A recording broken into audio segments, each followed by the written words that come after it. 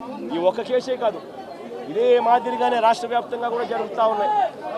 పోలీసులు ఏ స్థాయికి దిగజారిపోతా ఉన్నారు అని అంటే, అటువంటి పాత కేసులలో కావాలని వీళ్ళే తప్పుడు సాక్ష్యాలు క్రియేట్ చేస్తూ ఉన్నారు. విట్నెస్లను వీళ్ళే బెదిరించి, వీళ్ళే ప్రలోభపెట్టి, వీళ్ళే తప్పుడు పేర్లు ఇరికిచ్చి, వీళ్ళే కేసుల్లోకి తీసుకొచ్చే కార్యక్రమం చేస్తూ ఉన్నారు. నేను అడుగుతా ఉన్నది ఒకటి, ఒక తప్పుడు సాంప్రదాయానికి మీరు నాంది పలుకుతా ఉన్నారు. ఇదే గన కొనసాగితే నేను చెప్తా ఉన్నా, మీ ప్రభుత్వం ఎల్లకాలం ఉండదు.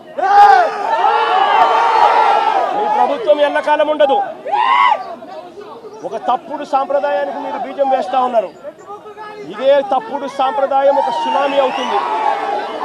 రేపొద్దున మీ నాయకులందరికీ కూడా ఇదే గతి పడుతుంది. ఇదే జైల్లోనే మీరంతా కూడా ఉంటారు. ఇది కూడా గమనించుకోండి అని చెప్తా ఉన్నా.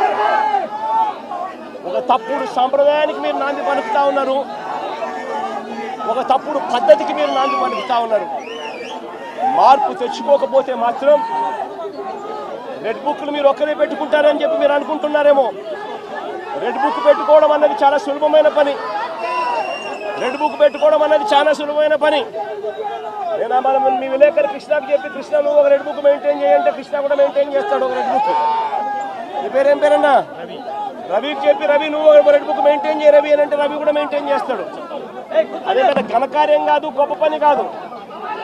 ఆ తర్వాత రెడ్ బుక్లో పెట్టిన పేర్లన్నీ చూసుకొని వాళ్ళని ఇరికించడము, వాళ్ళ ఇళ్లను ధ్వంసం చేయడము, వాళ్ళ ఆస్తులను ధ్వంసం చేయడము, వాళ్ళ మీద దొంగ కేసులు పెట్టడము, ఇదే ఒక పరిపాలన కింద రాజ్యాధికారం చేయడం మొదలు పెడితే మాత్రం రాజ్యాధికారం ఎలా ఉంటుంది అని అంటే, ఇప్పుడు చంద్రబాబు నాయుడు గారి పాలన ఎలా ఉందో అలా ఉంటుంది. చంద్రబాబు నాయుడు గారి ప్రభుత్వం వచ్చి 3-4 నెలలు కూడా కాయిపోలా. ఈ 3-4 నెలల్లో చంద్రబాబు నాయుడు గారి పరిపాలన ఎంత దారుణంగా ఉంది అని అంటే నిజంగా నాకు ఆశ్చర్యం కలిగించే విషయాలు